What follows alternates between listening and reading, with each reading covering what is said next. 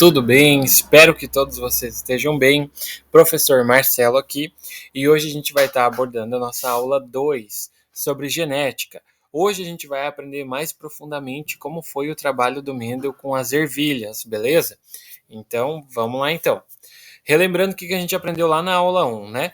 Lá a gente viu que a genética formalmente surgiu lá pelos anos 1900, através do estudo desses três biólogos aí. E aí, quando eles foram olhar na literatura, eles descobriram que 35 anos antes, um monge agostiniano, um padre, né, um religioso, já tinha chegado nas mesmas conclusões que eles, muito mais cedo, né? Então era um homem à frente do seu tempo. E esse homem foi o Gregor Mendel. A gente viu então um pouco da história dele, que ele era um homem do campo, um jovem do campo, né? E que não tinha dinheiro para manter os estudos dele, mas lá com 21 anos ele entrou para um monastério onde ele pôde estudar de graça, o monastério da Ordem de Santo Agostinho. Então ele se tornou um monge, ia viver ali, não ia ter família, não ia casar, não ia ter filhos, mas ele ia poder estudar de graça. Ele aceitou, foi, se tornou monge, e aí depois o líder deles, que é aquele que está sentado no meio ali, ele enviou o Mendel para fazer um estágio. Ah, tem uma foto aqui do monastério visto de cima, né? Aí, em 1851, o líder dele enviou o Mendel para fazer um estágio em Viena, lá na Universidade de Viena, que está aí em cima.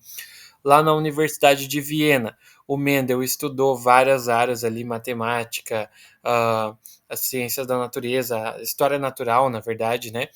E aí, quando ele voltou, o líder dele fez uma estufa muito grande, onde o Mendel começou a trabalhar com a ervilha, beleza? Com as ervilhas, e foi a partir das ervilhas que ele fez o estudo dele sobre a genética, sobre a hereditariedade, sobre como passam características dos pais para os filhos, beleza? Então, na nossa aula de hoje, a gente vai aprender um pouco mais sobre esses estudos dele. Então, a espécie da ervilha é Pisum sativum, ok? E por que ele escolheu? Relembrando só uma coisa, relembrando que nome científico de seres vivos é sempre duas palavrinhas. A primeira é o epíteto genérico, né, que lembra o gênero. A segunda é o epíteto específico, que lembra a espécie. A primeira vem com letra maiúscula, a segunda sempre com letra minúscula, e isso deve ser escrito em itálico, que é inclinadinho, né? Essas são as regras da nomenclatura, beleza?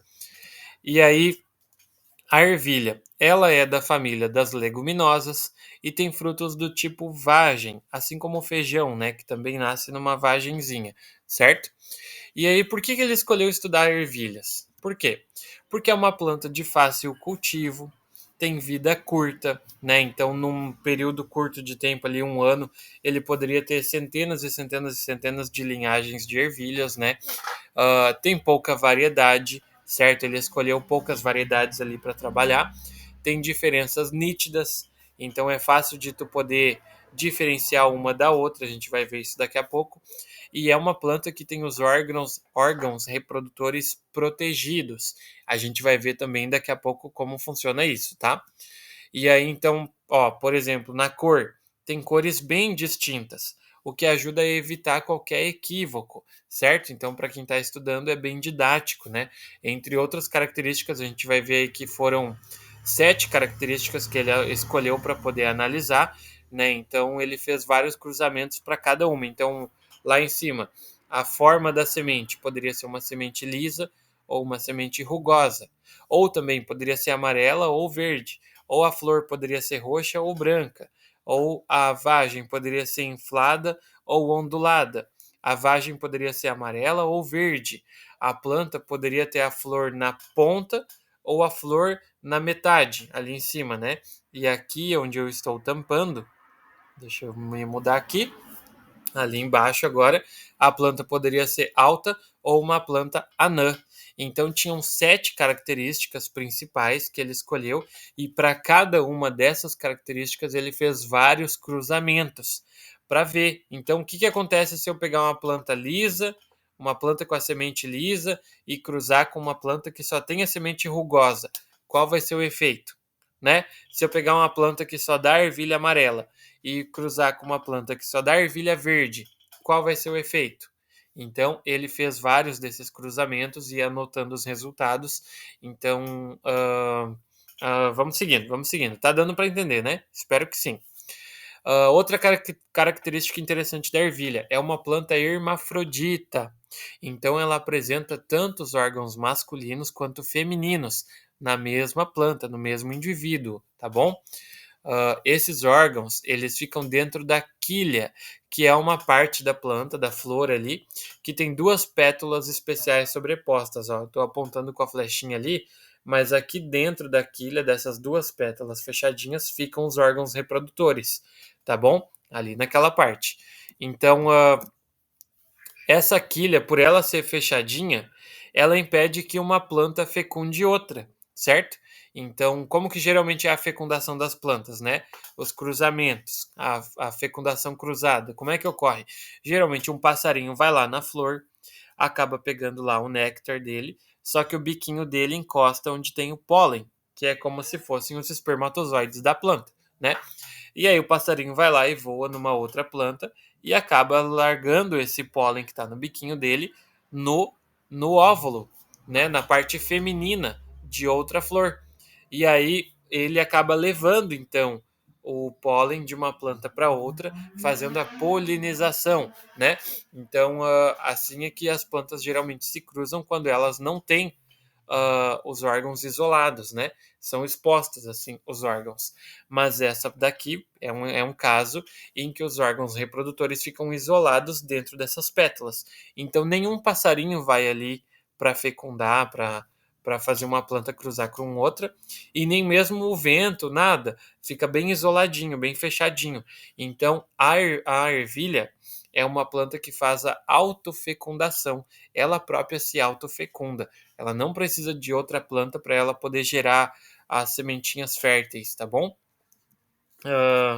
Por isso que os gametas femininos são fecundados pelos próprios gametas masculinos na mesma flor, certo? Que é o que a gente chama de autofecundação, beleza?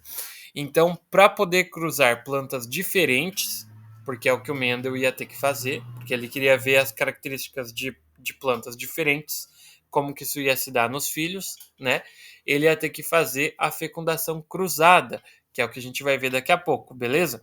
E ali embaixo eu mostro um pequenininho os órgãos dentro da quilha, tá? Agora a gente vai ver mais grandinho como eles são, tá bom? Dentro da quilha ali a gente tá vendo aqui do lado, ó, as pétalas bem grandes ali abertas.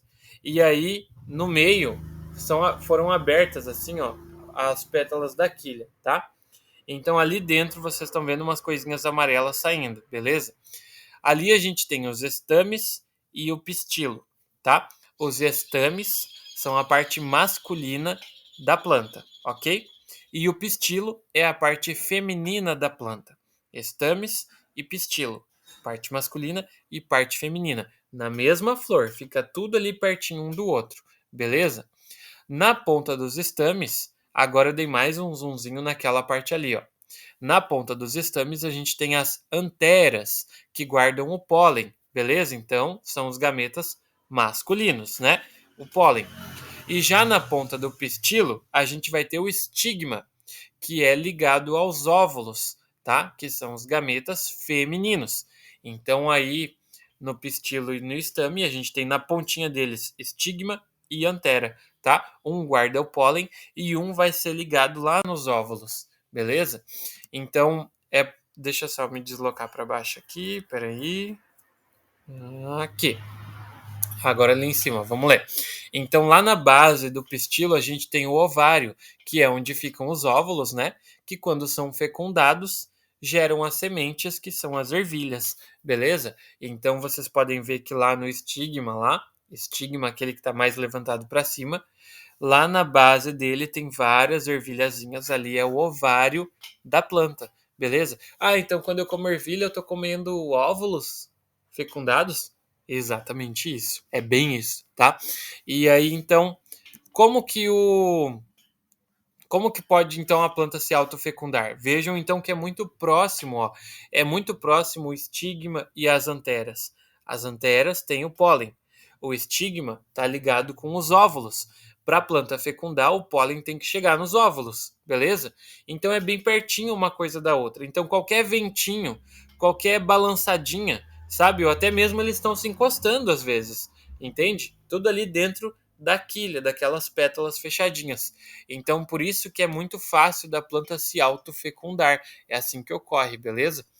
Então, como que o Mendel ia fazer a fecundação cruzada? Ou seja, fazer com que uma planta fecundasse outra planta, né? Porque a planta naturalmente se autofecunda.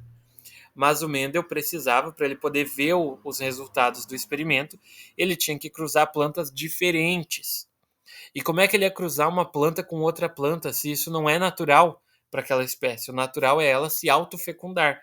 Então ele ia fazer a polinização artificial, ou seja, pegar o pólen de uma planta e colocar na outra. Agora eu vou descrever isso aqui, tá? Deixa eu só me deslocar para cima. Aqui. Primeira coisa que ele precisa fazer, ó, aqui nessa plantinha de baixo, aqui nessa flor aqui, ele pega e vai lá e corta os estames, tá? Ou seja, as anteras, na verdade, né? A ponta que tem o pólen, ou seja, a parte masculina da flor, ele corta com uma tesourinha, antes delas começarem a se desenvolver, antes delas ficarem maduras, né? Ele corta antes, porque se elas ficarem maduras, a qualquer momento já vai ocorrer a fecundação. Então ele corta antes, quando elas estão começando a crescer, ele corta.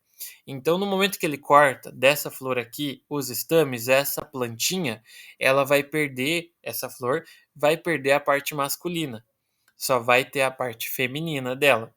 E aí ele vai lá em outra planta, deixa eu me deslocar pro ladinho lá, aqui, ele vai lá na outra planta em que ele deixou a parte masculina ali, né?